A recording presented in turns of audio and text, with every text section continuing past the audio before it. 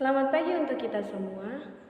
Hari ini kita akan memulai katekese dengan tema yang akan saya bawakan pada pagi hari ini adalah keadilan ekologis bagi seluruh ciptaan. Tujuan yang ingin kita capai di sini adalah bahwa yang pertama, agar kita bisa melihat bahwa ekologis itu penting bagi kita, dan yang kedua adalah kita mempunyai kesadaran untuk membersihkan lingkungan kita. Ekologi sendiri adalah tempat hidup organisme atau tempat hidup makhluk hidup. Yang kita tahu makhluk hidup itu bukan kita sendiri. Ada hewan, ada tumbuh-tumbuhan dan lain sebagainya yang ada di bumi ini. Maka itu kita perlu menjaganya. Tapi yang kita lihat sekarang dalam kehidupan sehari-hari kita, banyak sampah berserakan di mana-mana. Penebangan hutan secara liar, pembakaran hutan, dan lain sebagainya menyebabkan ekologi kita atau lingkungan kita itu rusak.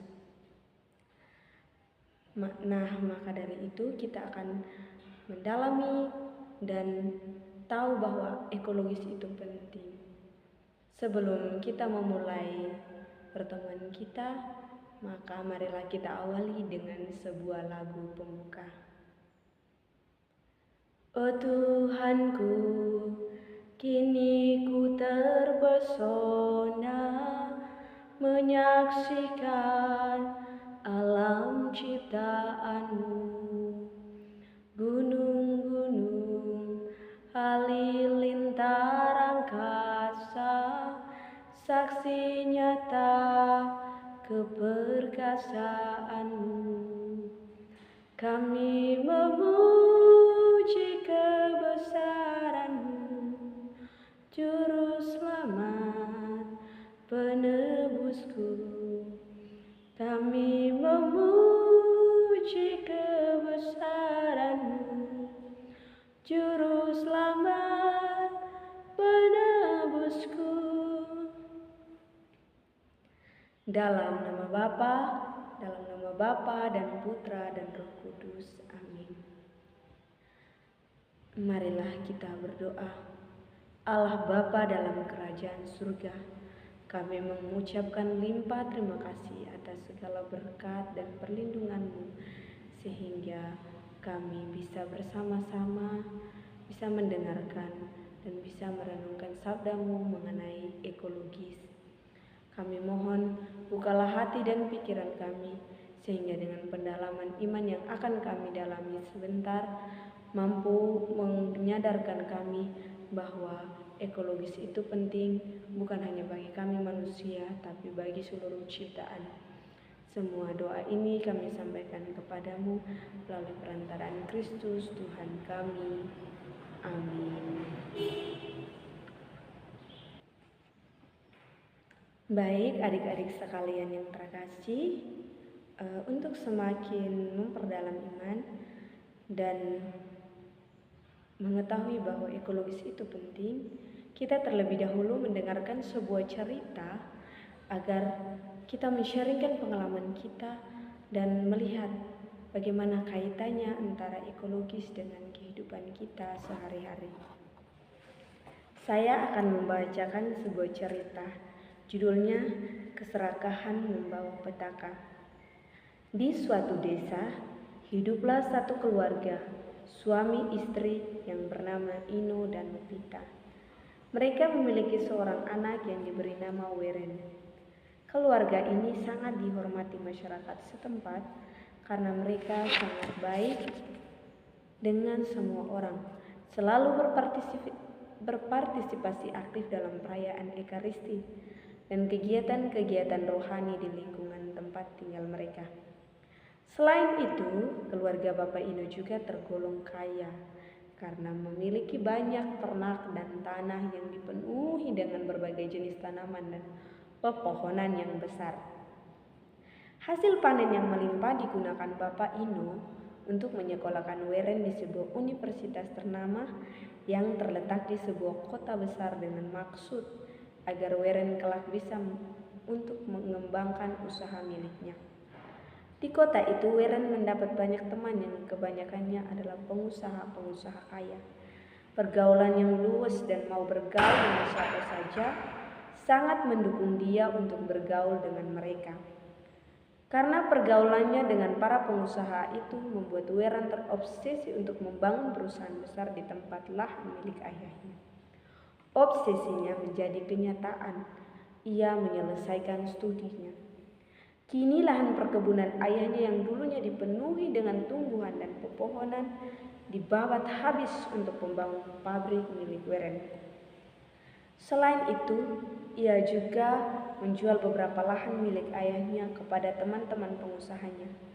Lahan perkebunan dan peternakan yang asri kini telah berubah menjadi bangunan pabrik-pabrik raksasa milik Weren dan teman-temannya.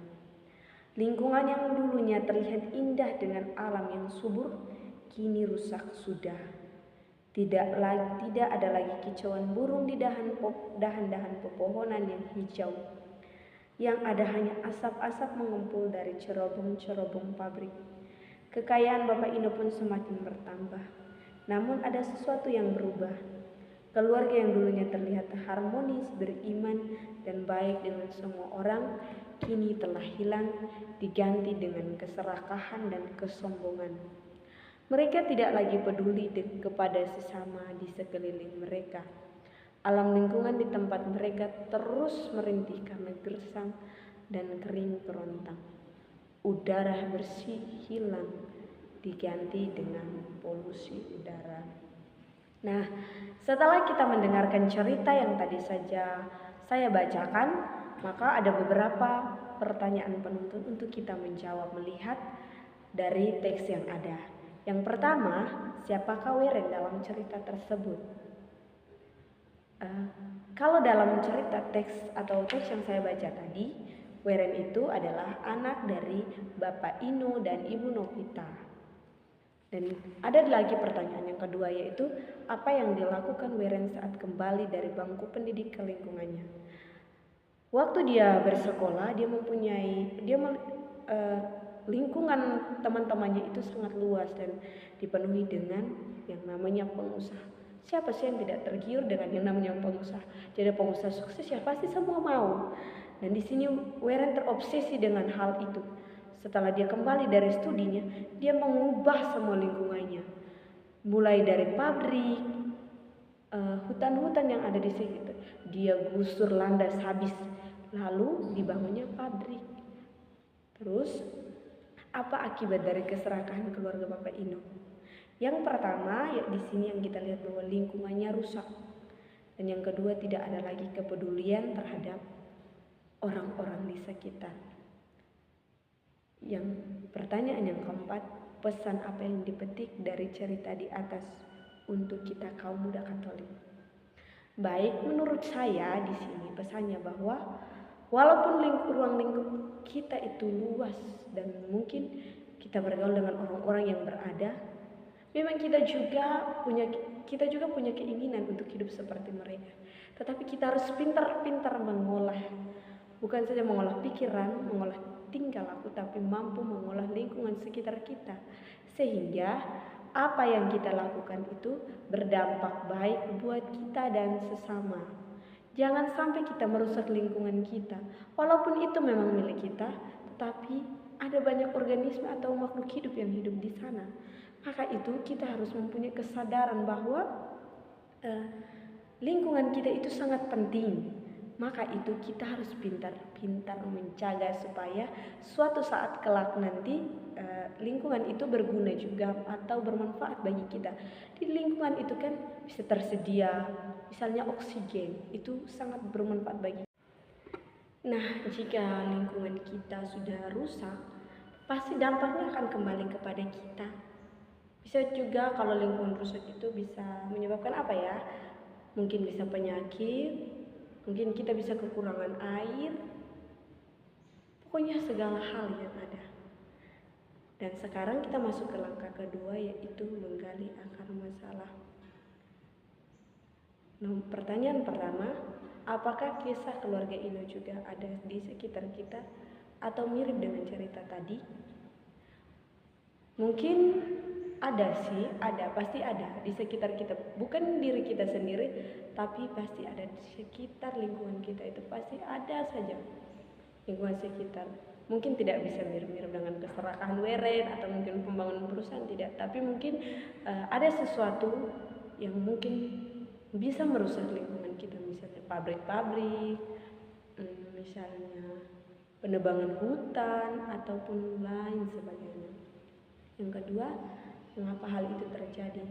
Mungkin terjadi karena keinginan kita untuk menguasai alam itu begitu besar, atau mungkin karena keserakahan juga, atau mungkin karena ingin kaya, mungkin saja juga ingin membangun sesuatu. Misalnya kalau penebangan pohon pasti berguna untuk pembangunan rumah.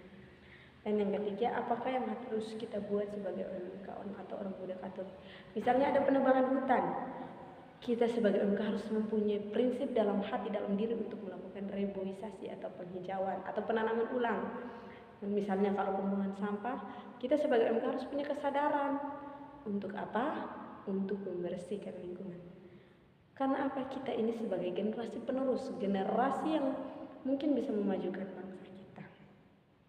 Setelah itu kita akan membacakan teks atau firman Tuhan. Di sini saya ambil dari Yesaya bab 24 ayat 1 sampai 13 tentang bumi dihancurkan. Sesungguhnya Tuhan akan menanduskan bumi dan akan menghancurkannya, akan mengembalikan permukaannya dan akan menyerakakan penduduknya. Maka seperti nasib rakyat, demikianlah nasib imam. Seperti nasib hamba laki-laki, demikianlah nasib tuannya. Seperti nasib hamba perempuan, demikian nasib nyonya-nyonyanya. Seperti nasib pembeli, demikian nasib penjualnya. Seperti nasib peminjam, demikianlah nasib yang meminjamkan. Seperti nasib orang-orang berutang, demikian nasib orang yang berpiutang. Bumi akan ditanduskan setandus-tandusnya dan akan dijarah sehabis-habisnya, sebab Tuhanlah yang mengucapkan firman ini. Bumi berkabung dan layu, ya dunia merana dan layu, langit dan bumi merana bersama. Bumi cemar karena penduduknya, sebab mereka melanggar undang-undang, mengubah ketetapan, dan mengingkari perjanjian abadi. Sebab itu sumpah serapah akan memakan bumi, dan penduduknya akan mendapat hukuman. Sebab itu penduduk bumi akan hangus lenyap, dan manusia akan tinggal sedikit. Air anggur tidak menggirangkan lagi pohon anggur merana, dan semua orang yang bersuka hati mengeluh.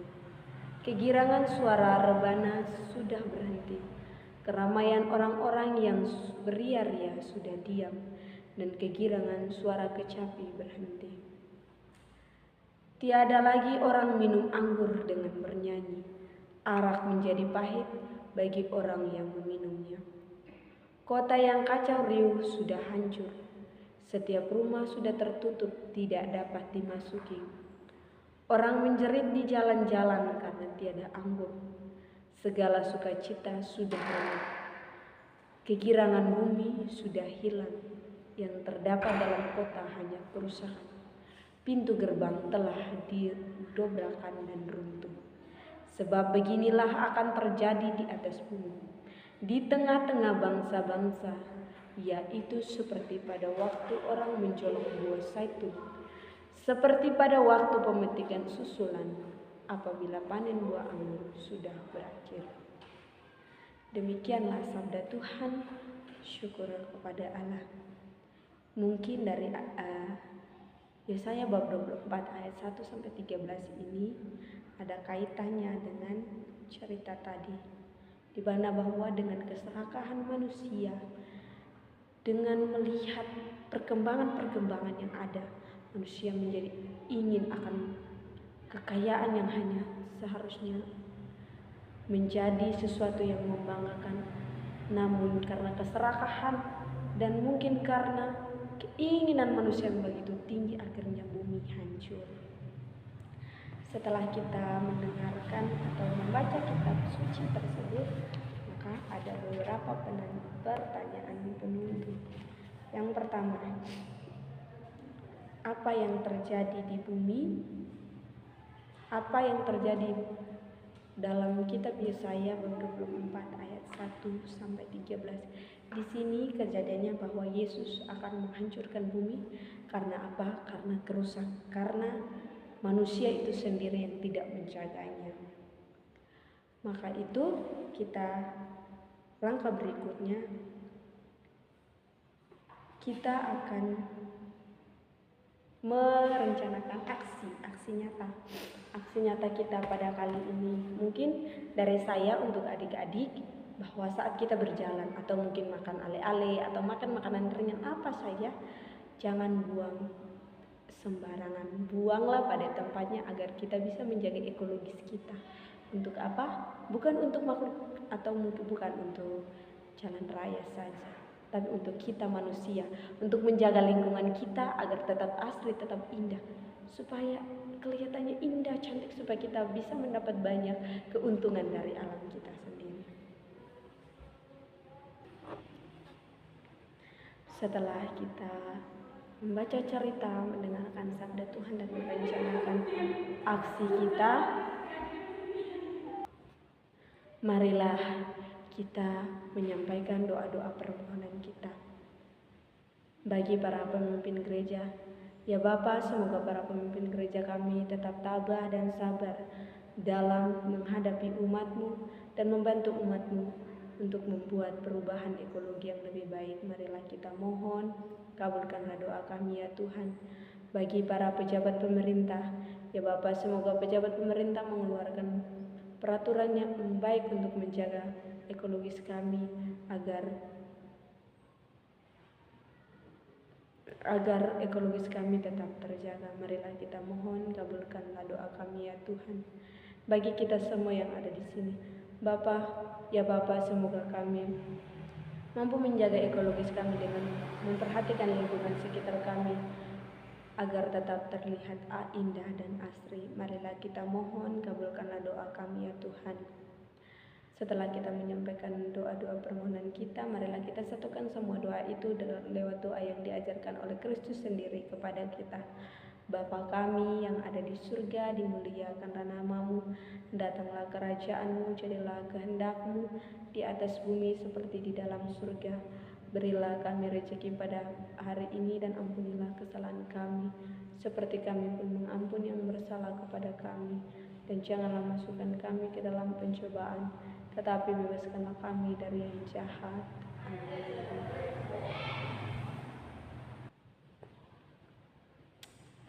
Marilah kita berdoa. Ya Bapa, terima kasih atas penyertaan-Mu sehingga kami bisa menyelesaikan pertemuan kami pada pagi hari ini dengan tema kami pada pagi hari ini, yaitu keadilan ekologis bagi seluruh ciptaan dengan baik. Semoga melalui pendalaman iman ini kami sebagai umat Katolik, umat beriman, mempunyai kesadaran untuk membersihkan lingkungan dan menjaga lingkungan kami agar lingkungan kami lebih baik lagi dan bisa membawa keuntungan bagi kami semua. Hanya ini Bapa, doa dan permohonan kami yang kami sampaikan kepadamu lewat perantaraan Kristus Tuhan kami. Amin.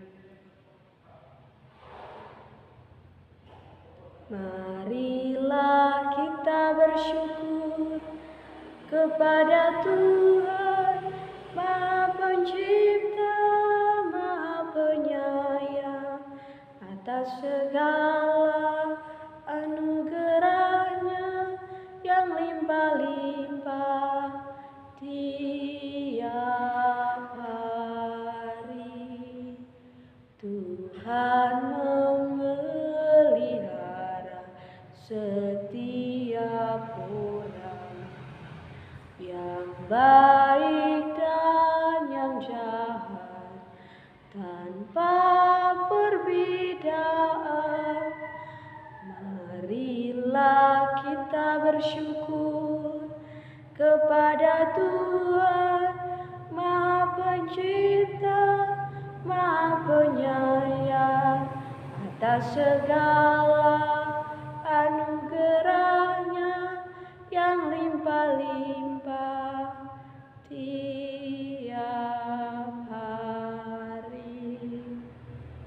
Dalam nama Bapa, dan Putra, dan Roh Kudus. Amin.